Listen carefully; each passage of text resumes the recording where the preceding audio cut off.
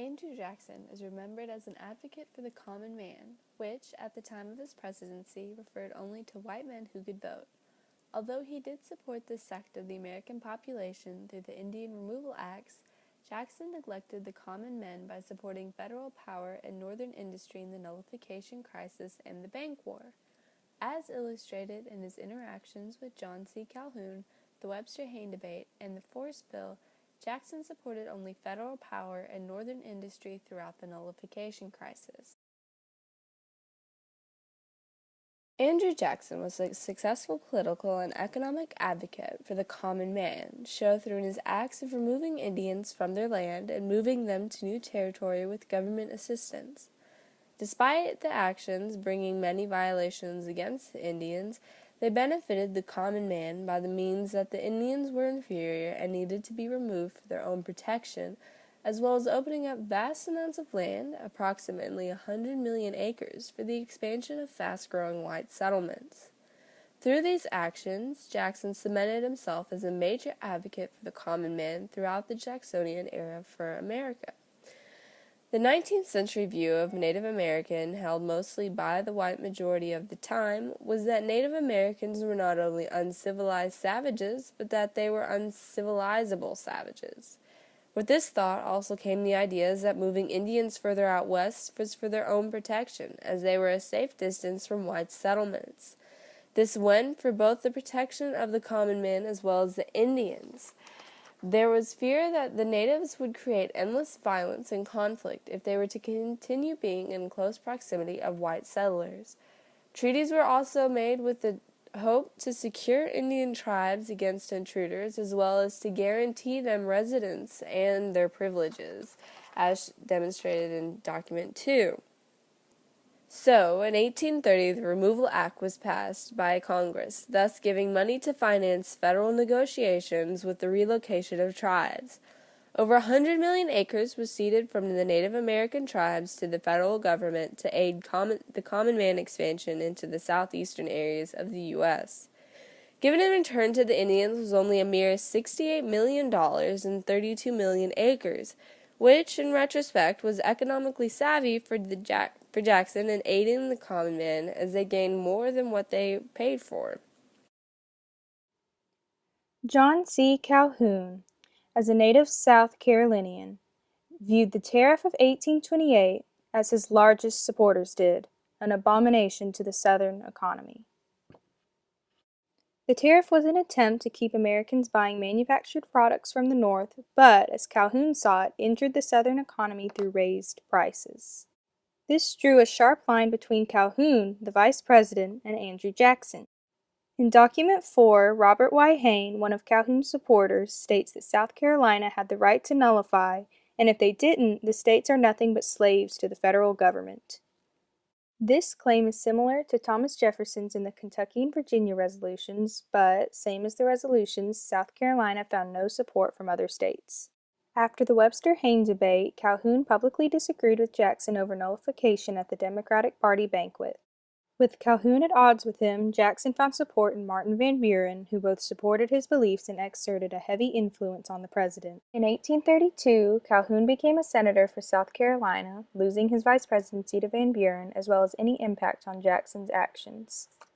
Jackson removed any chance of Calhoun rising to presidency and made it clear he advocated for the power of federal government, as well as northern industry, over the economy of South Carolina.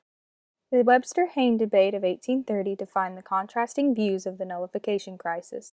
Daniel Webster, seen in Document 5, sided with Jackson and believed a single state could not decide the constitutionality of a law, while Hayne in Document 4 says that without nullification, states lose their freedom.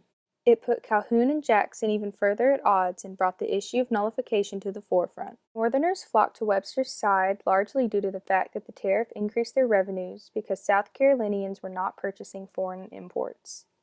Jackson, as previously stated, publicly supported Webster at the Democratic Party banquet. The president believed his actions supported the federal union but also assisted in the wealth of one section of the nation and further separated another. The tariff of 1832, meant to remedy the problems of the 1828 tax, was met only with claims of further nullification and even secession, to which Jackson responded directly and immediately. In Document 6, it states that the economic repercussions of South Carolina's secession would be felt only by the Northern industry, further weakening Jackson's stance as an advocate for the common man. South Carolina demanded the tariff be lowered or threatened secession. In response, Jackson created a force bill that allowed him to use the military when implementing congressional decisions. With a disputing South Carolina scrambling to prepare for an attack, the answer came in Henry Clay's Great Compromise, which gradually lowered the tariff. South Carolina settled for this, while Andrew Jackson settled into a second term with a more united America. His response to South Carolina, however, proved only that he was more concerned with preserving federal power than he was with the problems of the Southern economy. The Bank War was the campaign started by Andrew Jackson in 1833. After he was re-elected, he was convinced that his opposition to the bank had gained him national support.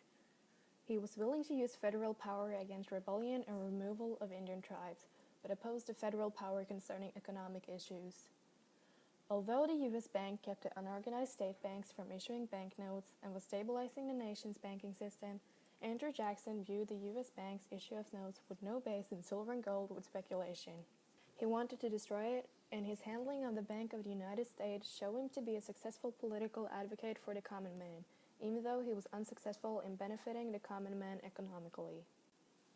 After the first Bank of the United States was permitted to expire in 1811, the second bank has been established in 1816 to manage debts the federal government had taken on during the War of 1812. It was successful in the 1830s and was the most powerful financial institution.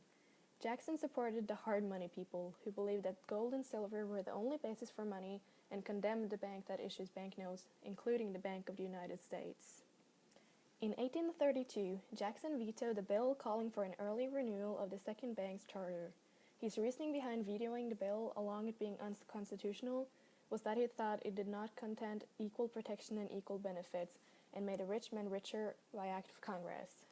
Jackson thought the economical elite in the East took unfair advantage of farmers and working people.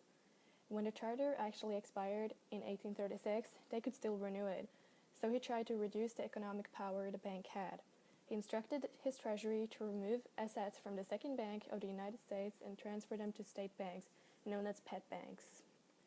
During his last year in office, 1836, he issued a presidential order known as the Specie Circular. This meant that to buy federal land, you would have to pay in cash. This was Jackson's last major move in the bank war, and he managed to ruin the credit system for the Second Bank of the United States, which eventually hurt the common man. The bank war was the most celebrated episode of Jackson's presidency.